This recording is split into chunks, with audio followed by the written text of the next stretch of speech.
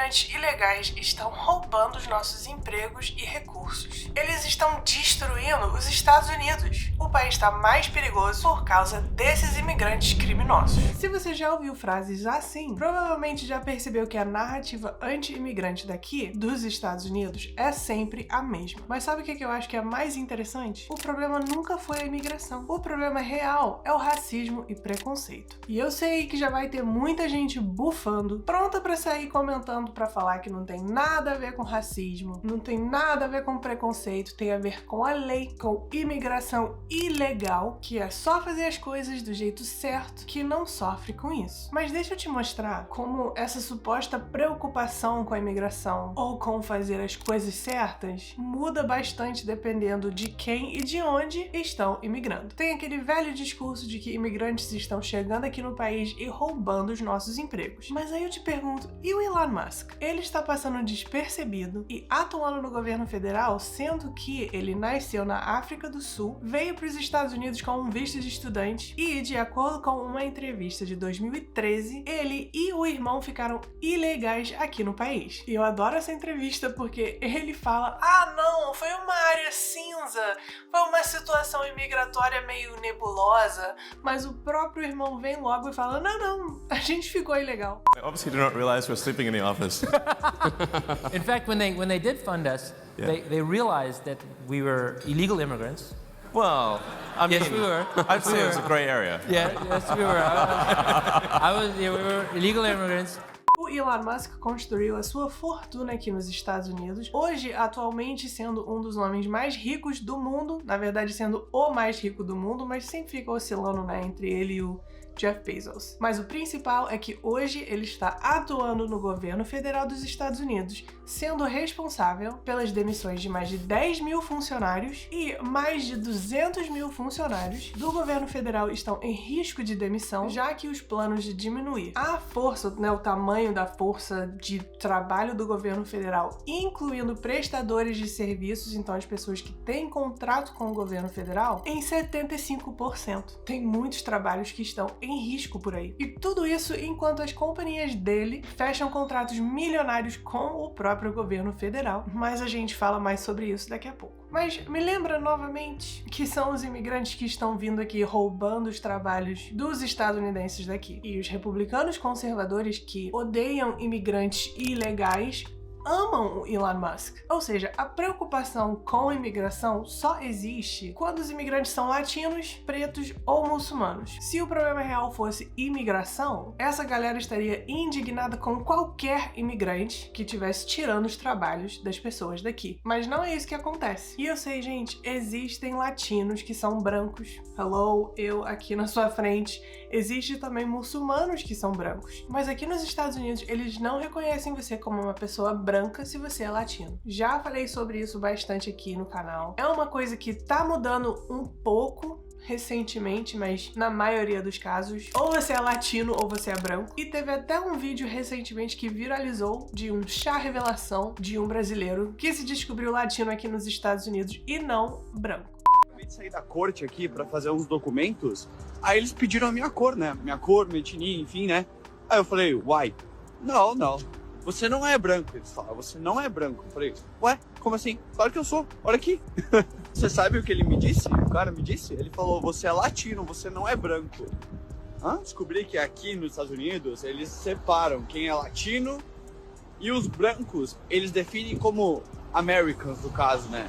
Não hispânicos, no caso. Aí tem os latinos e tem os brancos. Cara, eu não sabia disso e eles fazem isso.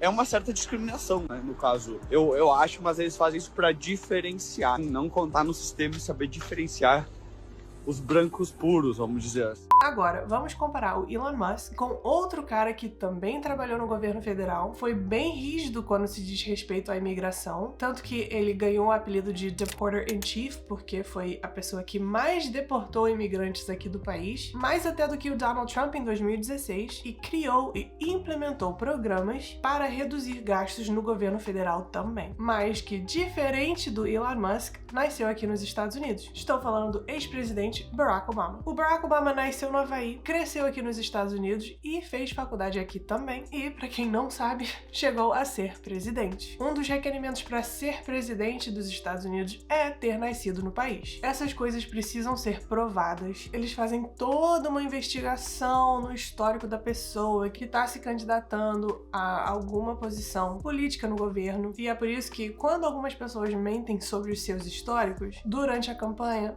não chegam a ficar muito tempo exercendo o seu caso, que foi o caso do brasileiro George Santos. E de verdade, o Barack Obama foi sim o presidente que mais deportou imigrantes, mas eu acho importante pontuar, porque a galera sempre gosta de falar: ninguém tava fazendo tanto barulho quando o Obama fez isso, do jeito que tá fazendo com o Trump. Mas o Obama estava seguindo realmente um plano de deportar criminosos e pessoas que já tinham carta de deportação ou pessoas que não compareceram à corte nas datas que tinham que comparecer lá. Não era deportações de tudo e de todos do jeito que a gente tá vendo hoje. E o principal é que as pessoas não viviam com medo de sair das suas casas e de estarem nas ruas do jeito que estão hoje com o Trump. Porque tinha sim esse entendimento de que o governo estava atrás realmente dos criminosos e pessoas que estavam meio que foragidos. O Obama reduziu o déficit orçamental, que é a diferença anual entre a receita e despesa aqui dos Estados Unidos, de 9,8% em 2009 para 3,2%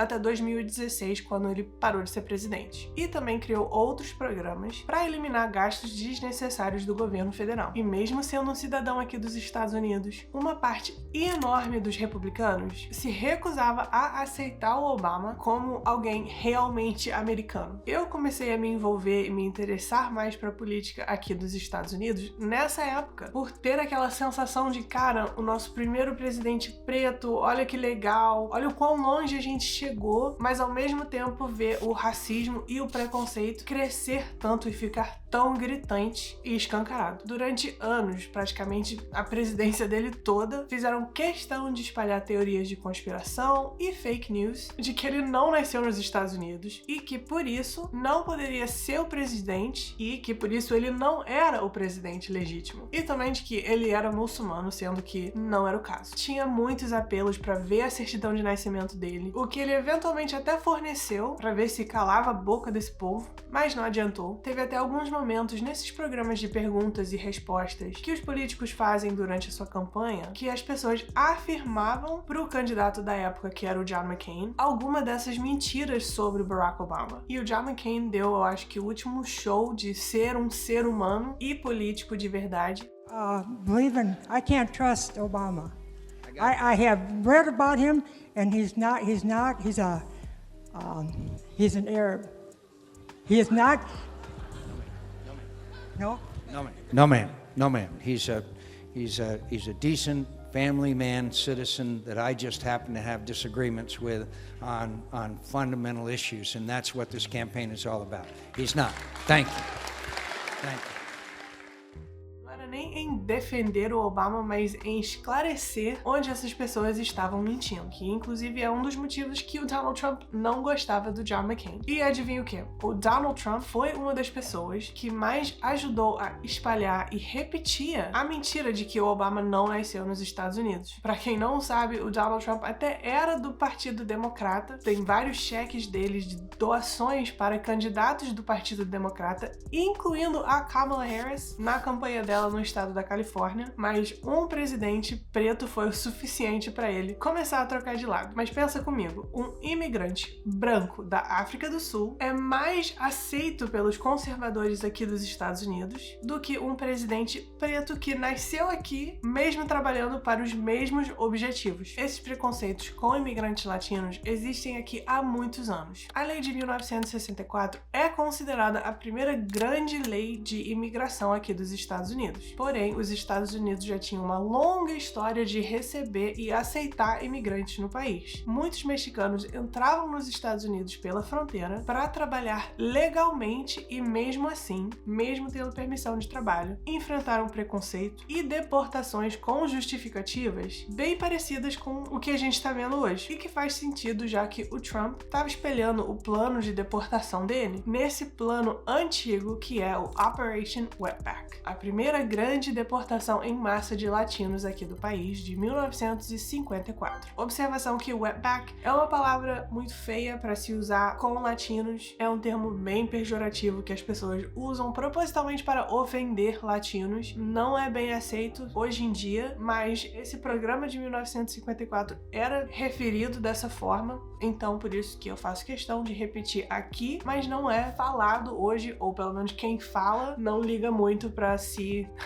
tá correto ou se tá ofendendo alguém ou não. Mas então, durante essa época de 1954, mexicanos podiam entrar nos Estados Unidos pela fronteira para trabalhar, porque os Estados Unidos precisavam da mão de obra mexicana, principalmente na área de agricultura. Isso fazia parte de um acordo que era o Programa Braceiro entre os Estados Unidos e o México para trazer trabalhadores para o país. Mas mesmo assim, o governo dos Estados Unidos decidiu deportar 1 milhão de pessoas, muitas delas até cidadãos aqui dos Estados Unidos, que só tinha ascendência mexicana, mas nasceram no país. Agentes da fronteira e do antigo Immigration and Naturalization Services, que era o precursor da ICE, já que a ICE só veio a existir em 2003, invadiam bairros latinos, colocavam pessoas em caminhões e deportavam eles, sem sequer verificar status ou perguntar sobre o status das pessoas. Algumas dessas pessoas nem nunca tinham pisado em solos mexicanos, mas por simplesmente parecer um mexicano ou estar falando em espanhol, foram despejados do país. E como se não pudesse piorar, muitos foram deixados no meio do deserto, sem água, sem comida, literalmente deixados para morrer, já que não tinha recursos e nem conhecimento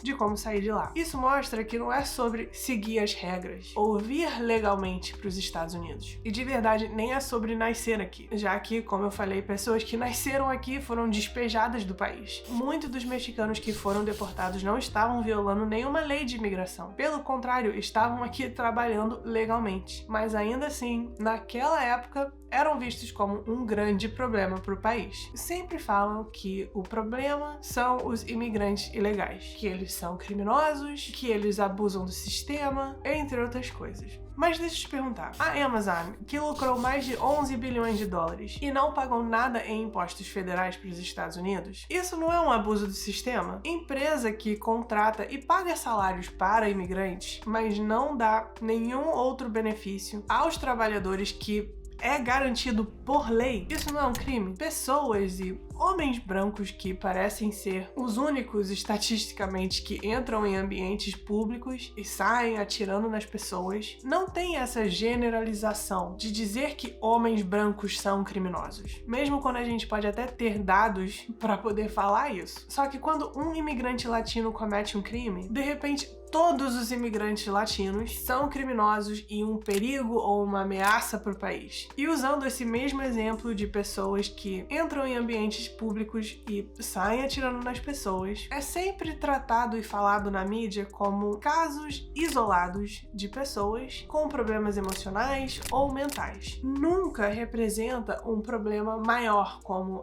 talvez é o fácil acesso a armas, ou talvez, já que esse tipo de crime é cometido muito mais por homens, é quase exclusivamente cometido por homens, nunca é um problema maior sobre o problema emocional e mental dos homens no país. Porém, quando os crimes são cometidos por latinos ou pretos, isso sempre diz respeito ao grupo num todo. É sempre, olha como os pretos cometem crimes, olha como os latinos são perigosos, olha como os imigrantes são criminosos, e nunca os fatores individuais que levaram aquela pessoa a cometer o crime. Então isso não tem nada a ver com a lei, segurança ou justiça. Isso tem a ver com encontrar um grupo para usar como um escape e culpar esse grupo pelos problemas do país. E a culpa sempre cai nos mais vulneráveis e em grupos de minoria por causa do preconceito, sendo que eles não estão lá no topo tomando as decisões que realmente têm um impacto no dia a dia das pessoas. Eles não causam o problema que as pessoas têm nos seus dias a dias, não é por causa de grupos de imigrantes ou latinos ou pretos que o preço do ovo aqui tá caro, ou que o aluguel tá aumentando e na verdade tá um absurdo, ou o preço de comprar uma casa tá muito alto, mas são vistos como os causadores disso tudo. O Elon Musk literalmente comprou o seu caminho para trabalhar e operar dentro do governo federal dos Estados Unidos. Ninguém votou no cara, ninguém escolheu que ele tivesse tanto poder, ele não passou por nenhum processo de aprovação do Senado ou da Câmara, como de costume aqui, mas ele, como um bilionário e branco, conseguiu comprar o seu acesso em uma posição de extrema influência e pior poder dentro do governo federal, simplesmente porque ele tem dinheiro e porque ele é branco. Ninguém questiona os contratos bilionários que a SpaceX e a Tesla estão fazendo com o governo, contribuindo diretamente para enriquecer o Elon Musk, um antigo imigrante que existiu em uma área cinza com seu status de imigratório. O Twitter, que foi transformado em uma plataforma de desinformação que não só aceita, mas acolhe pessoas que acreditam e defendem a supremacia branca, e isso tem um impacto direto na democracia e ajuda a formar opiniões públicas. E agora, como chefe do DOGE, o novo departamento do governo federal, ele está literalmente desmantelando órgãos federais importantes, fechando agências, demitindo milhares de funcionários, colocando outras milhares sobre aviso e empurrando políticas que beneficiam ele e outros ricos, outras pessoas do grupo dele. Enquanto também tá fazendo uma renca de filho, mas quando o latino faz uma renca de filho, é só pra ficar pegando dinheiro do governo. Ai, porque não é um pai presente. Mas ele tem 14 filhos. Atualmente, no dia de hoje, quem sabe que daqui a alguns meses a gente não vai saber que tem 15, 16, 17. Mas gente, eu vivi pra ver um imigrante demitir milhares de pessoas. Pessoas não! Cidadãos dos Estados Unidos dos seus trabalhos, de certa forma roubando o trabalho ou a renda daquela pessoa, enquanto a maioria do partido aplaude e apoia. Então, Elon Musk, um imigrante da África do Sul, pode comprar sua entrada para o governo sem problemas, sem questionamentos, e tem livre acesso e encorajamento para fazer o que ele quiser. Enquanto os pretos e latinos que nasceram aqui e os imigrantes que vieram para cá e estão aqui hoje estão lutando para ter direitos básicos e acesso a oportunidades. Eu sempre gosto de comparar aqui, porque quando os pretos aqui dos Estados Unidos pedem por oportunidades iguais, por reparações ou por investimentos direto nas suas comunidades, são acusados de querer benefícios demais, o famoso querem ficar mamando nas tetas do governo, sendo que os estados que mais mamam na teta metafórica do governo, usando dinheiro federal muito mais do que contribuem, são estados predominantemente conservadores e brancos. Quando latinos estão aqui querendo contribuir diretamente para o país e também para prosperar com suas famílias e o futuro das suas famílias, são vistos como uma ameaça e um peso para o sistema. Mas quando um bilionário branco vem de fora, literalmente compra o governo e destrói instituições públicas, ele tem um nível de favorabilidade melhor do que o próprio presidente. Isso no dia de hoje eu gravando isso, porque isso pode mudar daqui a pouco. A ironia aqui com isso é gritante. Os Estados Unidos diz ser um país que valoriza o trabalho duro, a famosa meritocracia, mas na verdade valorizam dinheiro e raça. E eu tô falando raça de cor de pele, não raça de vontade de vencer e conquistar seus objetivos, essas coisas. Se você for rico e branco, pode até ser estrangeiro, mas ainda assim será mais bem aceito e legitimado pelo povo até mais do que quem nasceu aqui, mesmo quando aquela pessoa está prejudicando o país. E, como eu falei, isso não é um problema de imigração ou contra a imigração. É um problema antigo, enraizado nos Estados Unidos, que é preconceito e racismo. Os Estados Unidos sempre se beneficiou e então precisou de mão de obra de um ou alguns grupos em específicos. E sempre fizeram desses grupos um inimigo interno para sempre poder manter e exercer um certo poder sobre eles. O discurso de ódio contra os imigrantes não é por causa de falta de trabalho, por causa do aumento de crimes ou porque querem defender as leis e as coisas certas. É sobre controle. É sobre manter os privilégios, é sobre preconceito e a visão deturpada de raça que eles têm. Então, da próxima vez que você ouvir alguém que fala aquela velha é só seguir as leis direitinho, o brasileiro gosta de chegar lá já fazendo a coisa errada, pergunta pra essa pessoa: por que um imigrante branco e bilionário que ficou fora de status no país também recebe o tapete vermelho, enquanto um imigrante que foge da pobreza ou da violência recebe uma cela ou um avião de deportação? Me conta aqui nos comentários o que você achou desse assunto. O que você pensa sobre esse tema? Vamos conversar mais sobre isso. Não esquece de deixar seu like se você chegou até aqui e de se inscrever no canal para não perder o próximo vídeo. A gente se vê na próxima. Bye!